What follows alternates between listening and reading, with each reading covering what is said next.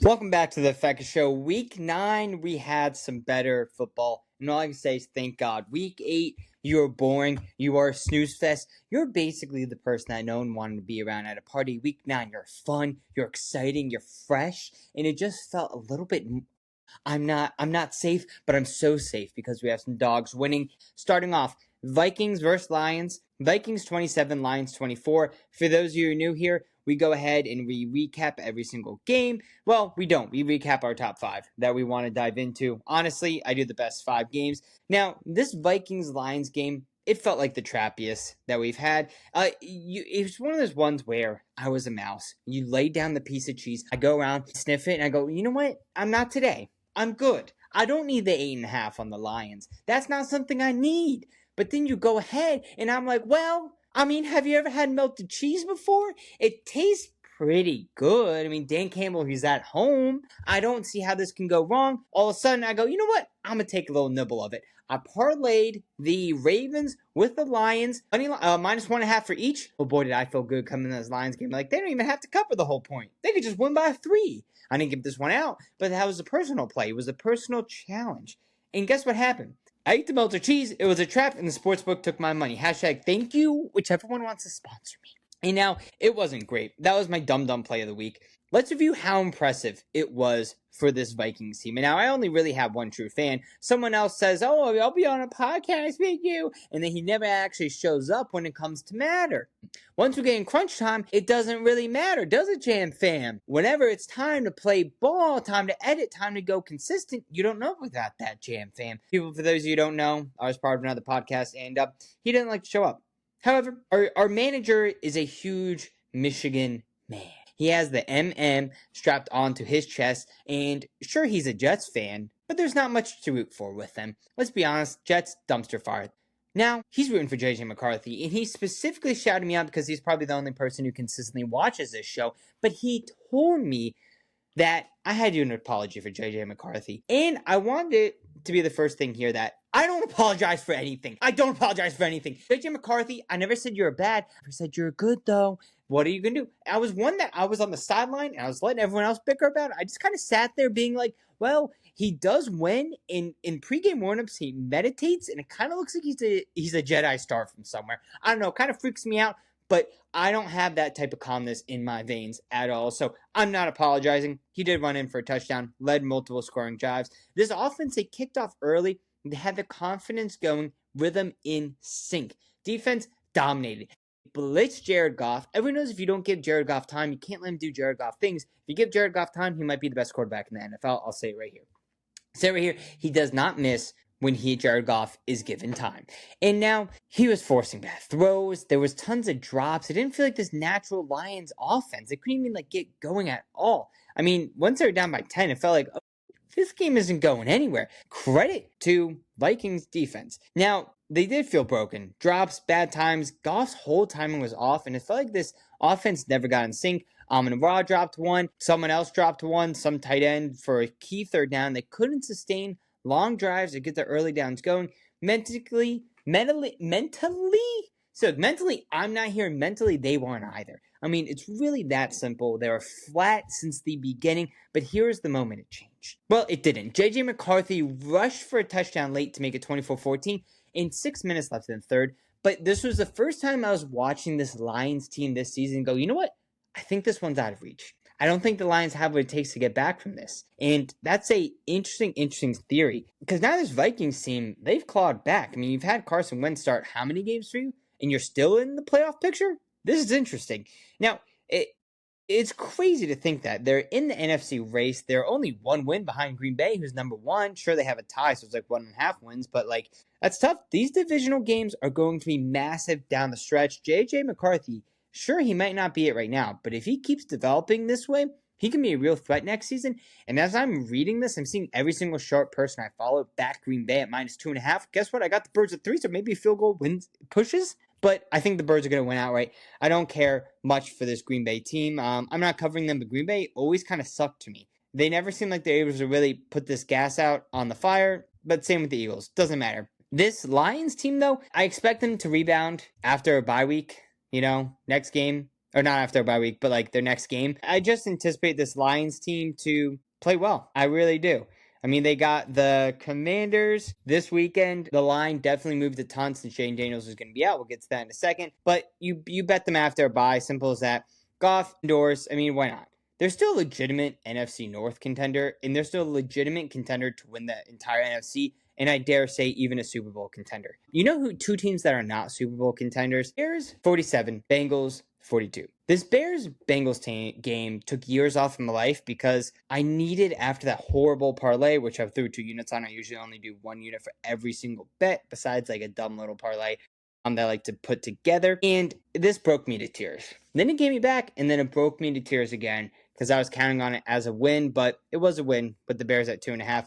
The Bears, their offense felt unstoppable. 576 total yards. Caleb Williams looked like a veteran, even receiving a touchdown, which is something to be kind of amazed by. Tight end Colson Loveland, breakout game. 6 catches, 118 yards, 2 touchdowns. Not the best tight end performance on the day, but heck, that's a good one. And Kyle Manaji, he set the tone. He was able to rush it. He averaged 7.6 yards per rush. Now, if I had an editor, I'd be, hey, editor, go ahead, flip back to the prior week, but I don't. Basically, what I said is, this Bears team's going to dominate if they can rush the ball. They rushed the ball. They didn't dominate. They won, though. What are you going to do? Chicago scored on 7 of 9 drives. Even when momentum swung hard in the Bengals way late, they're still able to do a little something. We'll get to that in a second. Joe Flacco gave it everything he had. I mean, the dude's like 85 years old. He had 470 yards, 4 touchdowns, 2 interceptions. At the time, he looked like he was turning back the clock. Everyone says that about him, but I just don't think the clock ever really stopped on him. T. Higgins, Jamar Chase, both over 100 yards. T. Higgins with one of the best catches I've ever seen. I don't really understand that. Defense, disaster. And you can tell that the offense is starting to get pretty upset at this defense because, well, they're bad. They allowed almost 600 yards and 47 points. They simply just could not close it out, even with what's about to happen. For the 3rd straight week, though, Cincinnati had 30 points. They gave up 30 points, and it cost them. But the moment shifted in this game. 17 seconds left, down 42-41. You got to think, my God. The Bengals, they recovered the onside kick. They went down there, they scored. They just had to get one stop on defense. In comes Caleb. Drops back on his own 42-yard line, delivers a perfect strike to Loveland, goes ahead, 58 yards to the house and the cover. Because we had them at 2.5, people. Remember that. Field goal would not have covered it. We needed a touchdown, and that was insane.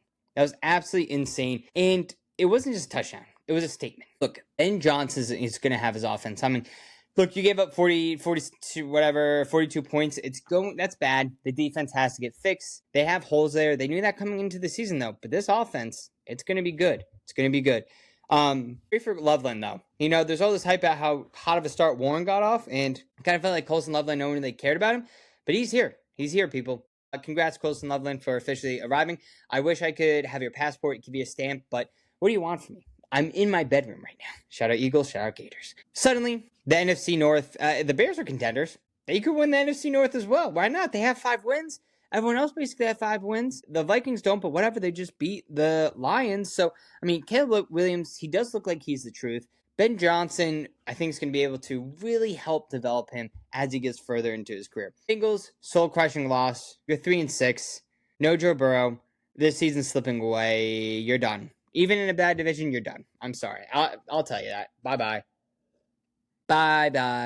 Next game. Relevance, not relevance. Great game. Jaguars 30, Raiders 29. This game was painfully slow and got chaotic late. So as someone who bet the over, full panic mode. With, I think it was a minute left in the first quarter, there was 0. In the second quarter, there was 0 points. Ended it with 9 points in the half. He had a touchdown, but then a missed extra point from the Raiders kicker. Gonna come back to that. Gonna cost you. And I was live starting this whole way. Then it broke off on the 4th, and we saw this went to overtime, 30-29. Jaguars, they found life late, and it really came off back of this rushing effort. ETN, 22 carries, 84 yards, consistently bailed them out on key drives, it felt. Tootin, 9 carries, 29 yards, 1 touchdown, short yardage, was able to get it done. Trevor Lawrence is bad. I was huge on Trevor Lawrence coming into the year. I was like, this is going to be his year. Liam Cohen, when he did with Baker Mayfield. Obviously, Trevor's not as good as Baker, but who knows there? Look, Trevor Lawrence, 20 for 40. 50% completion rate, not good. 220 yards, 1 interception. It looks off. drops continue to haunt Jacksonville. I noticed that he had a couple perfect ones, especially one tight end. I mentioned a tight end catch earlier. This is a tight end catch I'm mentioning where third down, rolled out, had it perfect, just took the ball and just dropped it. Something worse than me whenever I'm asked to make a pie from scratch, even though I don't know how pies work. So bad. Now, it felt bad. But Cam Little, he was the hero here. We'll get to him in a second. We'll get to him, but he's a hero. The loser, the Raiders, they played well enough to win, but they couldn't stop the run, so they didn't win. The defense did pick off Trevor Lawrence in their own end zone. Impressive. The offense moved the ball. Yeah, Brock Bowers back. He had a huge day. Jacoby Myers was back. Geno Smith, 4 touchdowns, 1 interception, kept them alive. And the end of the day, though, it was him throwing a pass and him cursing out and just being like, this is a disaster. Towards the end of the game is really what pained them. But Brock Bowers, silver lining, 12 receptions, 127 yards, 3 touchdowns. Monster day in a top 10 all-time fantasy performance for a tight end. Passing attack was efficient. Red zone defense, tough. They were able to rush on you. Now, what really shifted this game, we know that it was scoreless until like a minute left. Then you had the Raiders score a touchdown. Then you miss extra point. You're like, ooh, that's 6 away. Cam Little, as Jacksonville was able to move the ball with a bomb to Washington, I believe, 68-yard field goal attempt. He hits a 70-plus in the preseason. Didn't count, but it was awesome. And Liam comes and says, you know what? I've played Yahtzee before. Let's go ahead. Let's dive him out there. They throw him out there. He goes ahead, bangs it through, 68 yards, field goal, amazing. And now this shouldn't be the crucial moment. It should probably be when, but there was a 2-point conversion at the end of the game, and it made it the one side of that. Who cares? Just stop it. I'm happy Pete Carroll didn't play for the tie because that's just annoying. However, it gave Jacksonville momentum and life going into the second half. So, look, Alec, the winner, there's so many flaws within Jacksonville, but they are 5-3. They are 3 wins away from their team total wins. So, look, it could easily happen. It could easily happen. They can get there. Division race is kind of getting pulled away from the Colts. We'll see. Are they a fraud team or can they bounce back? And they just had a weird spot against Pittsburgh. The season for this Raiders team, it's slipping away. You might be able to have some fun with Geno and Brock Bowers, maybe some great fantasy usage, but it's slipping away, and there's no playoff hope for these two teams. Unlike the Chiefs and the Bills, Chiefs 21, Bills 28. History repeated itself again. And now, I should have paid attention in history class where they go, hey, Affaka, history repeats itself. I go, sure. Why not? Get that out of here. I don't care that they're 4-1. Have you seen the Bills lately? They lost to the Falcons, which I did call, by the way. I called that. If you don't believe me, it was my $100 slip to win $500 in Vegas, in person. The guy who cashed the ticket did not care, and he kind of looked and said, this doesn't look real. I was like, what do you want from me, buddy? Everyone's still talking about how great of a hit it was. Everyone's still talking about it. 2 unders, 2 dog spreads. Everyone's talking about it. I don't know. Just chatter. It's just chatter. But look, this Bills team, they had some flaws. They didn't look like it. They set the tone immediately with the scoring drive from Josh Allen. I don't know what it is. But Josh Allen, 23 of 26, 273 yards, 3 total touchdowns, 1 passing, 2 rushing. First quarterback in NFL history with at least 6 rushing touchdowns in his first 8 seasons. Didn't use his legs much early to get first down, to get yardage, but it was very, very, very impressive what he was able to do in the red zone. Had a design run for a clutch third down conversion. James Cook, though, ran the ball. 27 carries, 114 yards. First 100-yard rusher allowed by Kansas City Chiefs in 27 games. We'll have to stat check that one, but let's just be honest with you. It was a lot. Chiefs, on the other hand, but look, here's the thing. I didn't finish the Buffalo Bills defense, but they disrupted Mahomes early. Had a couple sacks. He couldn't get moving the ball. Chiefs offense, it really never found its groove. Patrick Mahomes was limited. Now, maybe this whole thing is kind of crazy with the Buffalo Bills just destroying them in the regular season. If you make no mistake, if they meet again in this playoffs, in the line's under 3, I'm taking Mahomes. I don't care. I really don't care. Buffalo was able to get after Mahomes, though. They were able to get after him in clutch situations. It was tough. I mean, the Chiefs total barely above 300 yards, and Buffalo had 400 plus. And that's saying something. Offensive line, there continues to remain issues. Josh Simmons, his absence is glaring, and it's bad. The defense can struggle to contain the run. Chris Jones didn't do much. I mean, he did great, but then the rest of the team didn't. So what do you want? They enter the bye week 5-4, 1-3 on the road. There's real question marks here. Andy Reid off the bye. I like that. I don't even know what that means, but I like it. Sounds great. They just need to make the playoffs. They just need to make the playoffs. And you can with Mahomes. Mahomes had a 4th and 17 conversion. When the game felt like it was totally out of reach and they needed to punt it, 4th and 17, I was talking to my girlfriend, Eats with Art, go follow her, and I was like, there is no way they are converting this for the first down. It just won't happen. Like, this is so dumb. Just punt it away and hope your Chiefs defense, second half, Spags, adjustments. No. Andy Reid said, stop it, sit down, and why don't you go stuff your face with more burrito? Watch this. And 4th and 17 converted by Patrick Mahomes. Impressive. Bills, they move on to 6-2. They're still second in the AFC East behind the Patriots. That's insane. Allen's playing clean. Cook's run game's emerging. They still have some injuries, but look, this defense for the Bills can probably put it together. The Chiefs sit at 3rd of the AFC West. 5-4. Not ideal, but compared to the start that you had, not the worst. They need more pass rush. They need more offensive line stability. And they really need more cohesiveness. Look, people, they're talented enough to win the division, but you have to make sure that you're going to beat Denver in these 2 weeks coming up. I mean, I think they have. Let's do a live search. Why not? I'm not above it. The Chiefs have. Oh, wow, I am above it because as I'm searching it, everyone's coming. Chiefs have the Broncos coming off a bye. Andy Reid off a bye. You like that, people. You like that. You know what else you like if you're a Seahawks fan? The game last night. Seahawks 38-14 for the Washington Commanders. This game was over by halftime. Seattle was up 31-7. Absolutely cruising. I was sweating the over, people. I was sweating the over at 47.5. Second half, they just scored 14 points. I won it. I gave out a total of my plays. I think I am 3-3 currently heading into this Monday Night Football game where I took the under 54. 54, people. Key number. Sam Donald was flawless. Literally, he looked like Kylie Jenner back when it was like, oh, that's Kylie Jenner time. I don't know. That's not good. Can we use a different one? I don't know why Kylie Jenner popped in my head. She looked like Jessica Alba did. No, Sam Donald was basically Jessica Alba in Fantastic Four, I guess you can say. Good Luck Chuck, Girl Next Door. Nice, fun, Chuck. Great movie. Good Luck Chuck. Why not? Do it for a date night. But I don't know. Don't do Sam Darnold for a date night. Unless you just want to watch passes. I think depending on if your partner likes football or not, that could be good. But I don't know if I would say, hey, we're going to do Sam Darnold highlights tonight. Maybe something more flashy. Yeah. I don't know. Pick anyone you want. Tavon Austin highlights. I don't know. People, I'm not here to tell you what to do with your date nights. What I am telling you is that I go out to eat a lot. I go to restaurants. And it's very tough to watch Sam Darnold highlights when I'm at a restaurant with my girlfriend. Not that she doesn't like football. I mean, if it was Jalen Hurts, maybe she's an Eagles fan. But, like, it's just tough. What are you going to do? He completed his first 17 passes. He finished 21 of 24 for 330 yards, 4 touchdowns, 1 interception. That bad.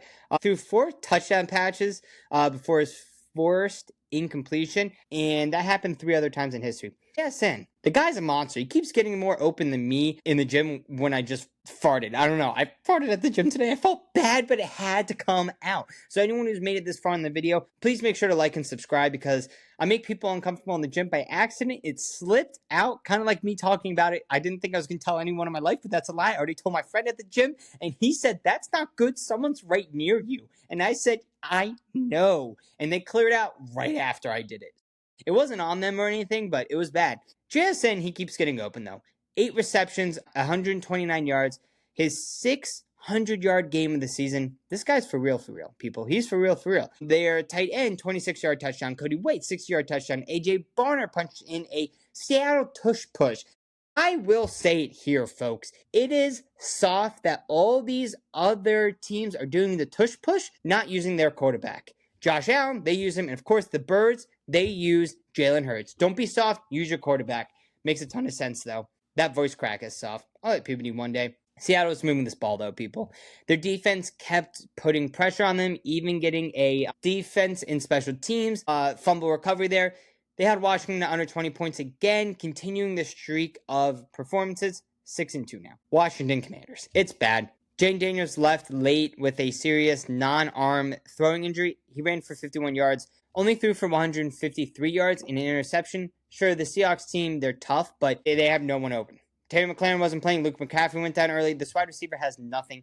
And I don't know why Jane Daniels was still in the game. It made no sense why he was in the game. He was, though. Who am I to say? I'm not an NFL coach. I'm not Dan Quinn. I don't wear my hat backwards like this. Stella Blue Coffee. Stella Blue Coffee, please get me a new hat. This one's falling apart. Had it for years. Play with the backs too much. But they allowed 400 yards on offense and 34 first half points. This defense of the Washington Commanders, it's bad. And they had a fumble kickoff, ensuring the touchdown. Got buried by halftime. They're 3-6. Losers 4 straight. The moment here really changed. You can tell my tone's sombering. Well, it's because in the half, Sam Darnold threw for a 60-yard bomb to Cody White. Made it 28-0. Kind of the knockout punch in that first half. Again, Washington didn't score until there was like a minute left. Similar to the Raiders. However, the Raiders actually went up when they scored with a minute left. And this team was down by 28. The winner when we're looking at this is the fact that Seahawks are a legit NFC contender, people. Efficient quarterback play, balanced offense, strong defense. JSN emerging as a true wide receiver 1. His chemistry with Donald is incredible. The division race, it's Rams and 49ers. 49ers, sure, they're not as good as Seahawks or the Rams. However, 49ers do have a win on both these teams. 49ers schedule the rest of the year is pretty easy compared to these two teams. So it's going to get tight, but Seattle looks complete. And the Commanders season, I don't know, it's over. Just stop. Rest Daniels. Doesn't matter, people. That's it. That's all I got for you on the Commanders. Let's go ahead, move on to the power rankings aspect of the show. As we know, people, we have 6 different categories. We have our juggernaut tier. This tier is the top, the cream of the crop. We have a newcomer on it. So we're going Bills, Eagles, Kansas City. Yes, Kansas City's still that high. Rams, welcome Seahawks to the juggernauts. This defense is playing great. This offense is playing great. I don't know what else you want from me. Then you have any given Sunday tier. This tier can beat the juggernauts. Lions barely are out of the tier. If I could put them in juggernauts, I could. Should I have them higher? I don't know. The Colts better than the Rams? I don't think so. Patriots, they're doing great. Buccaneers, everyone forget about them on the bye week? I did. Broncos. Then we have a not rotten milk tier. This one you have milk and it's probably going bad, but it's not bad. It's still good. Good. You have the Ravens, punched up high. Packers, disappointing loss. I don't really like them that much. I don't know. Chargers, Joe all out. Joe all in. Chargers would be up higher. However, Joe Alt's out. San Francisco 49ers. Then the Pittsburgh Steelers. Then you have the, oh my God, I don't have a team, people. It's just me out here. Then we have the smells off milk. This one you step and go, oh, that's not right. But like, what's worse is going to happen to me? Maybe I'll have some. That's going to be the Vikings, Carolina Panthers. They're sneaky. They're 5-4. Chicago Bears, Falcons, Jaguars, Texans. That Texans defense keeps them up even with CJ Stroud out. Then we have food at home tier. Nothing's more disappointing than this. So this tier is really, there's some fun here, and then you're disappointed. You have the Cowboys, the Browns, the Giants, the Bengals, and the Raiders here. Then you have if you're a fan, I'm sorry for you. I'm just flat out sorry. You have the Cardinals. Could change if they beat Dallas. Dallas can move. Cardinals can move. Here's Jets, Dolphins, bad. Dolphins are probably above the Jets, but who cares? Then you have the Saints. In that last, you have Tennessee Titans. Maybe I'll switch Titans and Saints, but it's bad, people. It's bad. Super Bowl prediction, Bills, Eagles. Why not? Have it be happen. Will it be Chiefs, Eagles? Probably. Could it be Chiefs, Seattle? That's weird. That makes me uncomfortable. You know Mahomes is probably going to win that game, people. Well, that's it for the Affaka show today. Guys, subscribe. Cannot tell you this enough. Just do it. What are you doing? Be like Nike.